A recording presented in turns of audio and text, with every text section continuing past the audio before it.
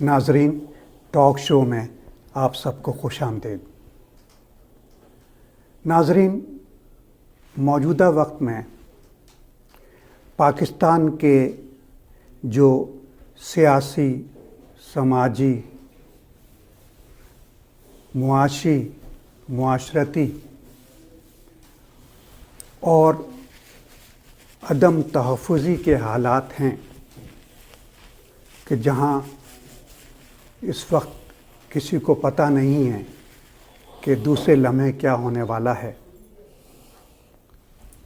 جہاں لوگوں کو ایک غیر یقینی کی کیفیت سے گزرنا پڑ رہا ہے، جہاں پر ہر چیز کا استحصال کیا جا رہا ہے، جہاں کرپشن اپنے عروج پر ہے، تو ان حالات میں، اس ماحول میں اور ان لوگوں میں سانس لینا، جینا اور زندگی گزارنا دشوار سے دشوار تک ہوتا چلا جا رہا ہے۔ ہمیں نہیں معلوم کہ ان تمام حالات کی، واقعات کی کے تسلسل کا اختتام کب ہوگا یا اس میں تبدیلی کب آئے گی۔ آج ہر شخص اپنی ذاتی مشکلات، پریشانیوں اور ضرورتوں اور خواہشات کو ایک طرف رکھ کے ملک کے حالات اور ملک کے ماحول اور ملک کے موسم کی جانب سب کی نظریں لگی ہوئی ہیں، اور یہی کہہ سکتے ہیں کہ وقت دعا ہے۔ ہم لوگ پاکستان سے، اپنے وطن سے 7 سمندر پار دور یہاں پر مغربی دنیا میں آباد ہیں، تو ہم لوگوں کو بھی یہی فکر دامرگیر ہے کہ آخر ان تمام چیزوں کا، مسائل کا حل کیا ہے۔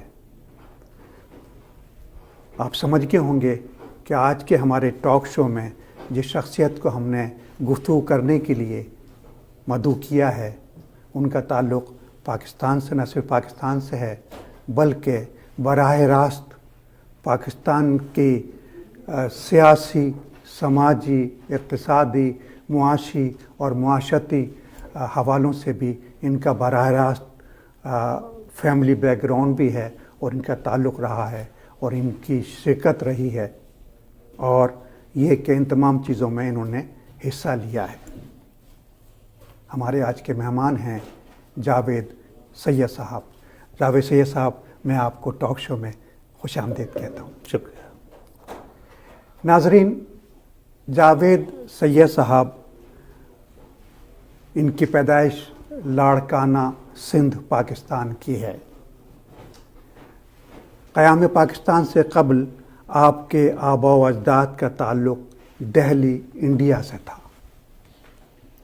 ابتدائی تعلیم جاوید سید صاحب کی لاڑکانہ سے اور سندھ یونیورسٹی سے فارغ التحصیل آپ ہوئے۔ شروع میں آپ نے کچھ عرصے تک اپنے والد سید احمد دہلوی صاحب کے ساتھ ان کی زمینداری میں ہاتھ بٹایا، اور پھر سیاست میں بھی بڑھ چڑھ کر اپنے والد صاحب کے ساتھ آپ نے حصہ لیا۔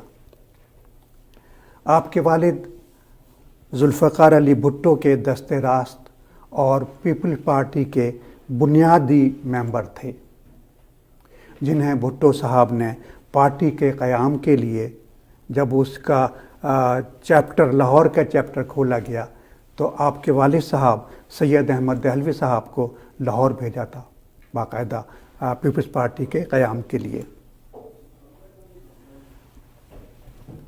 ناظرین، قیام پاکستان کے بعد جب مہاجروں کی ہندوستان سے پاکستان منتقلی ہوئی، تو اس زمانے میں بھی آپ کے والد صاحب نے، سید احمد دہلوی صاحب نے فعال کردار انجام دیا۔ میں آپ کو یہ بھی بتاتا چلوں کہ آج جو جاوید سید صاحب ہمارے درمیان ہیں، کینیڈا میں آباد ہیں، تو یہ جاوید سید صاحب ان لوگوں میں آپ شامل ہیں جو حصول تعلیم کے لیے مغربی ممالک کا رخ کرتے ہیں۔ لہٰذا آپ بھی اعلیٰ تعلیم حاصل کرنے کے لیے 1985 میں 1985 میں کینیڈا آئے۔ جاوید سید صاحب، میں آپ کو ایک بار پھر خوش آمدید کہتا ہوں۔ تو جاوید سید صاحب، آپ اپنے والد صاحب کے نقش قدم پر چلتے ہوئے پاکستان اور خاص طور پر سندھ کی سیاست پر گہری نظر رکھتے ہیں۔ تو آئیے ہم آپ سے اس بات سے اپنی گفتگو کا، اپنے شو کا آغاز کرتے ہیں کہ آپ یہ بتائیے کہ پاکستان کے دوسرے بڑے صوبے یعنی سندھ کی معاشرتی، معاشی، اقتصادی، سماجی اور سیاستی صورتحال جو میں نے ابتدا میں عرض کیا، جو اس وقت صورتحال ہے، اس سے ہم کیسے نکل سکتے ہیں؟ اس میں بہتری کی شکل کیسے آ سکتی ہے، یا اس کو کون بہتر بنا سکتا ہے؟ بہت بہت شکریہ۔ سب سے پہلے تو میں تسلیم الہی زلفی صاحب آپ کا بے حد مشکور ممنون ہوں کہ آپ کو خراج تحسین پیش کرتا ہوں۔ جو آپ کی کاوشیں ہیں پاکستان کے لیے، اردو ادب کے لیے، آپ نے ماشاءاللہ ایک بہت بڑا آپ کا نام ہے، اور اس میں کوئی دو رائے نہیں ہے کہ حکومت پاکستان نے آپ کو آپ کے اس کنٹریبیوشن پہ جو آپ نے پاکستان کے لیے اور اردو کی خدمت کے لیے مہیا کیا، لوگوں تک جو خدمات آپ کی ہیں اس کو سراہا، اور آپ ان چند بڑے ناموں میں سے ایک ہیں جنہیں ستارہ امتیاز سے پاکستان نے آپ کو نوازا ہے، اور آپ میرے خیال میں ہمارا سرمایہ افتخار ہے۔ اب سوال یہ ہے کہ آپ نے مجھے یہاں یاد کیا، مجھے بلایا، یہ خود میری اپنے لیے بہت بڑی عزت افزائی ہے کہ میں آپ جیسے اتنے بڑے آدمی کے سامنے بیٹھ کے آپ نے مجھے گفتگو کے لیے یاد کیا اور بلایا، اور ایسے مسائل پہ آپ مجھ سے سوال کر رہے ہیں جو اس وقت ہم جن مسئلوں اور مسائل سے ہم دوچار ہیں۔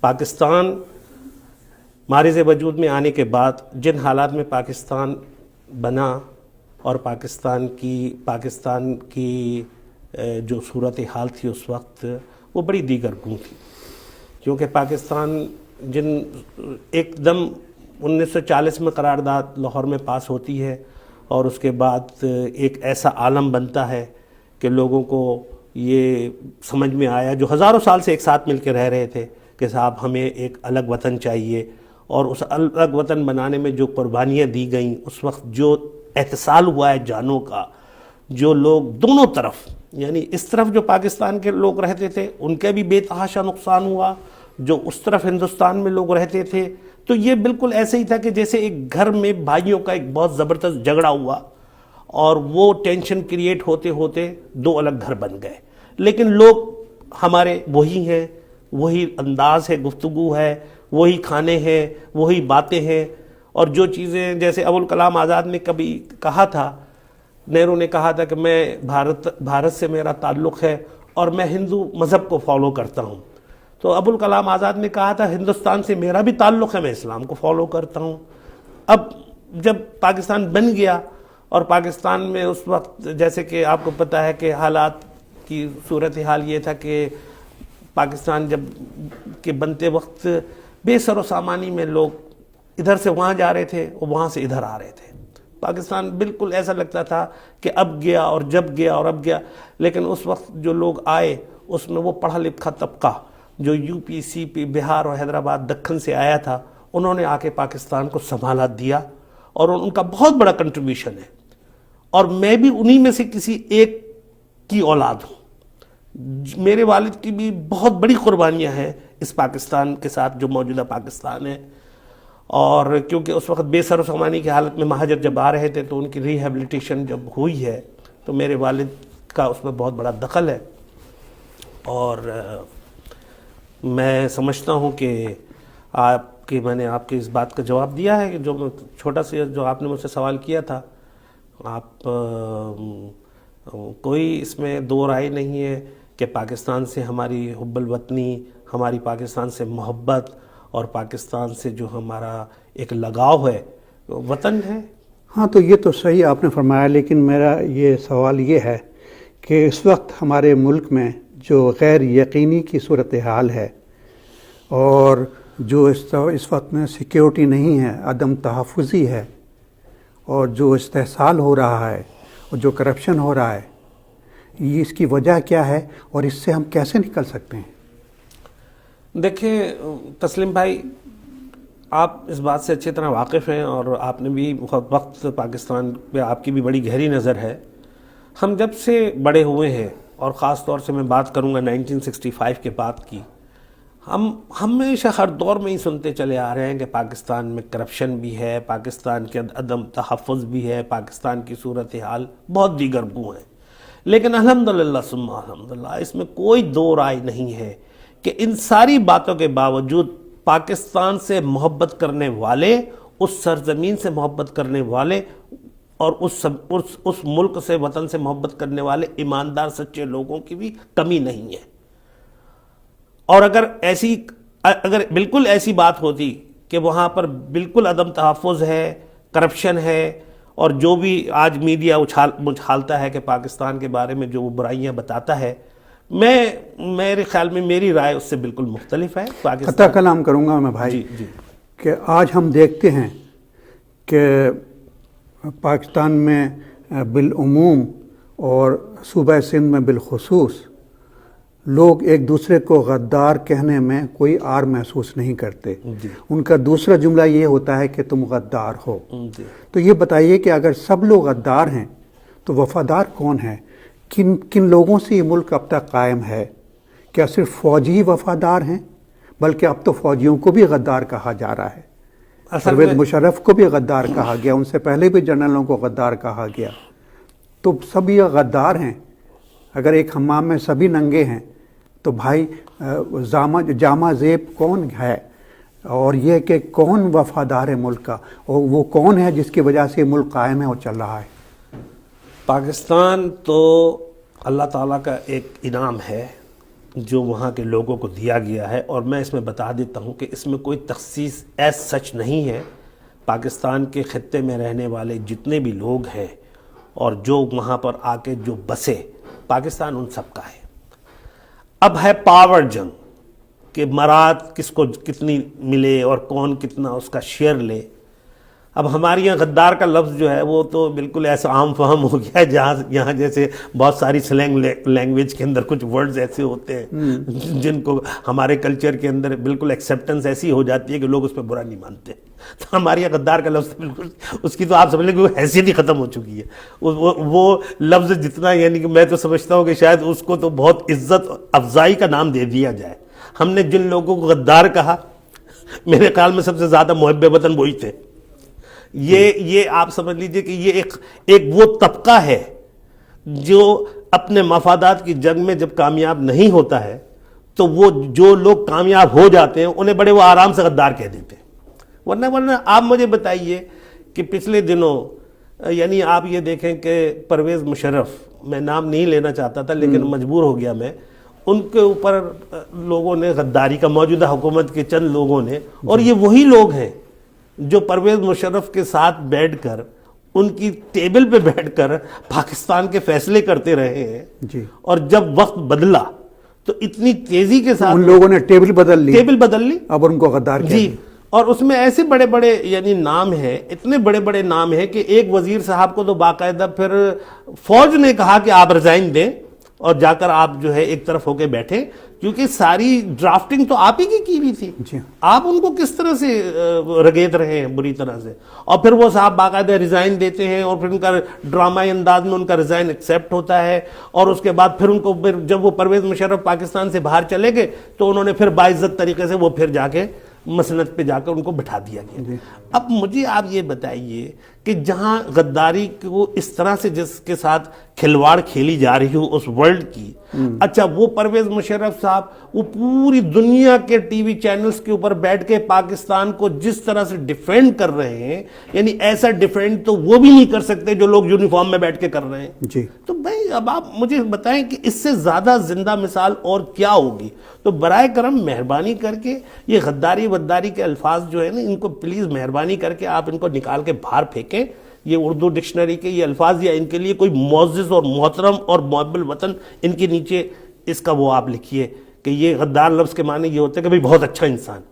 آج کل آپ نے دیکھا ہوگا یہاں پر میں اکثر مجھے میرے نالج میں آتا ہے کہ کچھ پاکستان سے ایسے لوگ جو اب پاکستان واپس نہیں جا سکتے یا ان کو پاکستان سے بالکل نا امیدی ہو گئی ہے کسی وجہ سے، انہوں نے یہاں پر بیٹھ کے بڑا پاکستان کو جناب غدار اور فلاں یوں اور فلاں 2 پیسے کا فلاں 2 پیسے کا. یعنی آپ یہ دیکھیں اکثر ایک صاحب ہیں وہ تو یہ کہتے ہیں کہ صاحب پاکستان کے لوگوں کو غلط تاریخ پڑھائی جا رہی ہے. ارے بھائی جو تاریخ پڑھائی جا رہی ہے وہ جو تاریخ پڑھائی جا رہی ہے، پہلی بات تو یہ ہے کہ اس تاریخ میں آپ کا کوئی ذکر نہیں ہے، اور جس تاریخ کو آپ بتانا چاہ رہے ہیں وہ تاریخ ہم اسے غلط کہتے ہیں کہ وہ آپ کے پاس غلط پہنچی ہے. تو وہ کیسے اتنے کانفیڈنس سے بیٹھ کے کہتے ہیں کہ صاحب پاکستانیوں کو غلط تاریخ پڑھائی جا رہی ہے اور پاکستانیوں کو غلط طریقے سے ان کی ذہن سازی ہو رہی ہے. بالکل میں ان کو کنڈیم کرتا ہوں، ان صاحبین کو جو انٹلیکچوئل کا لبادہ اوڑھ کے یہاں پر بیٹھ کے مختلف ٹی وی اسٹیشنوں میں بیٹھ کے کہتے ہیں کہ صاحب وہ پاکستان میں غلط تاریخ پڑھائی جا رہی ہے، پاکستان میں غلط تاریخ پڑھائی جا رہی ہے، پاکستان کے لوگوں کو کتابیں پڑھنے کا بالکل شوق نہیں ہے. اگر لوگوں کو اگر کتابیں پڑھنے کا شوق نہیں ہے تو آپ نے اتنی کتابیں کیسے لکھ دی، آپ کو کیسے پاکستان نے اتنے بڑے خطاب سے نوازا؟ یہ بات ثابت کرتی ہے کہ لوگوں کے اندر پڑھنے کا لکھنے کا جذبہ ہے. ہم کبھی کسی زمانے میں جب چھوٹے ہوا کرتے تھے ہمارا خود یہ مشغلہ تھا، میں آپ کو سچ بتا رہا ہوں 66-67 کی بات ہے کہ ہم خود کتابیں گھر کی اکٹھی کر کے اور ہم بیٹھ کے لائبریری بنا کے بیٹھ جایا کرتے تھے، اور وہ باقاعدہ کتابیں ہمارے پڑوس میں لوگ اس کو ایک آنا 24 گھنٹے کے لیے ان کے وہ لے جاتے تھے. یعنی میرا تو اتنا محبوب مشغلہ تھا یہ کتابوں کا کہ میں کتابیں اکٹھی کر کے اور جناب ایک معمولی سے ستلی کے اوپر ان کو دیوار سے لٹکا کے بیٹھے ہوئے چار ہم رو بنا دیا کرتے تھے اور خود ایک غلہ لے کے بیٹھ جاتے تھے، چھوٹا سا ٹن کا ڈبہ، اور اس میں ہم لوگوں کو کتابیں ہیں. میں بچپن سے نونہال پڑھا کرتا تھا، حکیم سعید کا ہمدرد کا نونہال آیا کرتا تھا، اور اس کے بعد بچوں کی دنیا اور دنیا تعلیم و تربیت. تو بھائی پاکستان کی تو پھر ابن صفی تو ایک اتنا بڑا نام ہے ہندوستان پاکستان بر صغیر کا اردو تاریخ کا، جس کو تو خیر ہندی میں بھی اب بہت لکھا گیا ہے. یعنی ابن صفی کا تو کریز کا یہ عالم تھا. تسلیم بھائی آپ کو یاد ہوگا کہ لوگ تو ان کی کتابوں کے دیوانے ہوا کرتے تھے، عمران سیریز کے دیوانے تھے، عمران سیریز تھی. پھر جب 70s آیا، 70s کے اندر یہ جو چند ڈائجسٹیں تھیں، اردو ڈائجسٹ تھی، عالمی ڈائجسٹ تھی، جاسوسی ڈائجسٹ تھی، خواتین ڈائجسٹ تھی، اردو ڈائجسٹ اٹ سیلف جو لاہور سے آیا کرتی تھی. الطاف حسین میں نے ایک دفعہ الطاف حسین کی دیپاچے میں یہ پڑھا تھا کہ میں نے اردو ڈائجسٹ کو اس مقام پہ پہنچا دیا ہے کہ آپ اسے لائف اور ٹائمز کے ساتھ برابر میں عزت سے رکھ سکتے ہیں. یعنی لائف اور ٹائمز نیو یارک سے آ رہے ہیں، آپ ان کے ساتھ ان کو برابر میں آپ عزت سے رکھ سکتے ہیں. تو جس قوم کے اندر یہ جذبہ ہو ڈائجسٹ، مجھے یاد ہے ایک زمانے میں جب میں 1972-73 میں 9th اور 10th میں تھا، تو اس زمانے میں سبرنگ ڈائجسٹ شکیل عادل زادہ جو تھے ان کا ایک کریز تھا. ان کا انتخاب کتنا کڑا ہوتا تھا. یعنی یہ سمجھیں کہ لوگ ان کے لیے لکھتے تھے، وہ ان سے مضمون لے لیا، انہوں نے کہانی لے لی، ان کو ادائیگی کر دی، پھر اس کے بعد وہ اس کو دیکھتے تھے، یہاں تک کہ اس کی کتابت بھی ہو جاتی تھی. اس کے باوجود اگر وہ ان کے جب محسوس کرتے تھے کہ یہ ان کے رسالے کے معیار کا نہیں ہے، پیسے وہ دے چکے ہیں، کتابت کے باوجود نہ وہ اس کو رد کر دیا کرتے تھے. یہی وجہ تھی کہ جب ان کا رسالہ منظر عام پہ آتا تھا، شائع ہوتا تھا نا، تو لوگ یقین کریں لائن لگا کے اس کو خریدا کرتے تھے. بالکل. اچھا یہ بتائیے آپ جاوید سید صاحب، پھر ہم اپنے موضوع سے ہٹتے چلے جا رہے ہیں، کہ آپ کی پیدائش ہے، آپ کی پرورش ہے، پروردہ ہیں اندرون سندھ لاڑکانہ کے آپ ہیں. ہم یہ دیکھتے ہیں کہ نہ صرف سندھ ہی نہیں، پاکستان کے دوسرے باقی کے 3 صوبوں کے کچھ لوگ ہیں، کچھ مخصوص قبیلہ کہہ لیں آپ ان کو، گروہ کہہ لیں، یا یہ کہ جماعت کہہ لیں، کہ وہ لوگ ہمیشہ شکایت کرتے ہیں کہ ان کے ساتھ کچھ استحصالی قوتیں ان کے در پہ ہیں، یا یہ کہ ان کے حقوق غصب کیے جا رہے ہیں، ہے نا. تو ان کو اتنا موقع نہیں ملتا ہے بشمول سندھ کے. اب چونکہ آپ سندھ کے پروردہ ہیں، اندرون سندھ کے پروردہ ہیں، تو آپ کی ان چیزوں پہ زیادہ نظر ہے نا.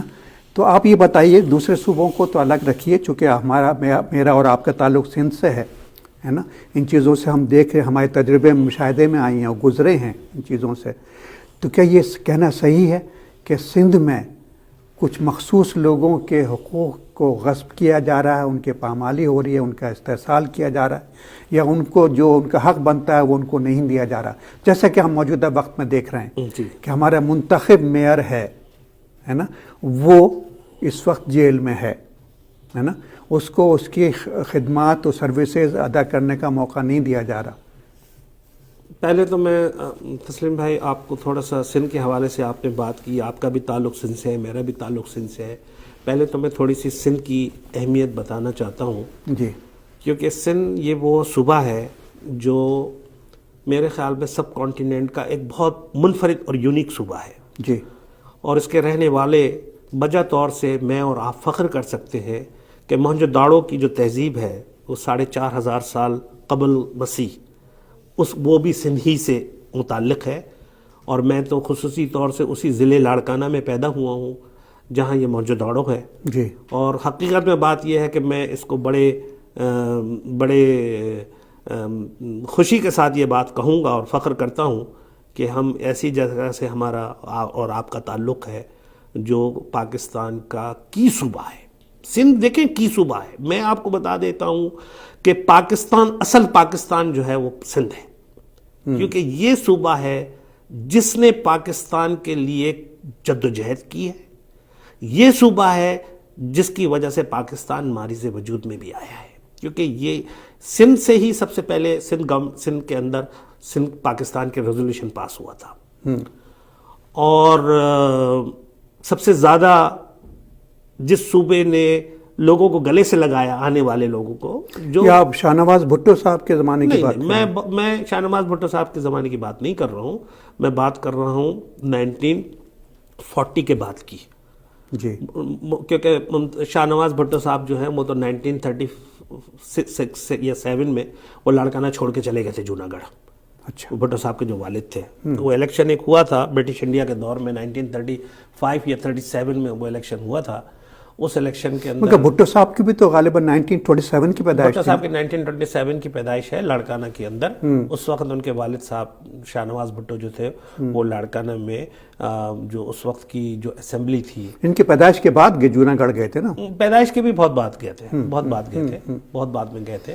اور وہ بھی ان کے جانے کا بھی سبب ایسا تھا کہ وہ ایک الیکشن تھا، اس الیکشن کے اندر جو مگر جب تحریک پاکستان شروع ہوئی تھی نا، اپنے عروج پر تھی نا، یہ اس زمانے کی بات ہے نا، پاکستان وہ جونا گڑھ میں گئے؟ نہیں، اس سے بھی پہلے کی بات ہے. دیکھیں پاکستان تو 1940 کے اندر جی، جب مسلمان آنے سب وہ تو تحریک نے زور پکڑا تھا، اکٹھے ہوئے سب لاہور کے اندر. جی جی. اور جو اس کی قرارداد پاس ہوئی تو اس کی جو قرارداد جن صاحب نے پاس کی وہ تو شیر بنگال مولوی فضل الحق فضل آپ کو پتہ ہی ہے کہ انہوں نے پیش کی تھی. اور جن 4 لوگوں نے اس کی تائید کی تھی، اس میں جن لوگوں کے نام ہیں، اس میں ایک تو چودھری خلیق الزماں تھے، جی، اس میں ایک بلوچستان سے بھی تھے. دیکھیں جو لوگ کہتے ہیں نا کہ بلوچستان کے اوپر زبردستی قبضہ کر لیا، عیسیٰ صاحب جو تھے، ان کا نام مجھے اس وقت پورا نہیں آ رہا، وہ بڑے ہسٹوریکل تاریخی آدمی رہے ہیں. انہوں نے بھی وہاں پر اس وقت اس کو تائید کی تھی. 4 لوگ تھے جنہوں نے تائید کی تھی. ایک صوبہ سرحد سے تھے، ایک بلوچستان سے تھے نواب، اور جو یو پی سے تھے یہ تھے ہمارے چودھری خلیق الزماں صاحب، اور ایک صاحب جو تھے وہ پنجاب سے تھے. 4 لوگ ہیں جن لوگوں نے تائید کی تھی. اور اس طرح سے یہ ایک یعنی کہ ایک اتفاقی فیصلہ تھا پاکستان بننے کا. ناظرین، ہم اس اپنی گفتگو کو جاری رکھیں گے، and we have to take a short break and stay tuned. Welcome back.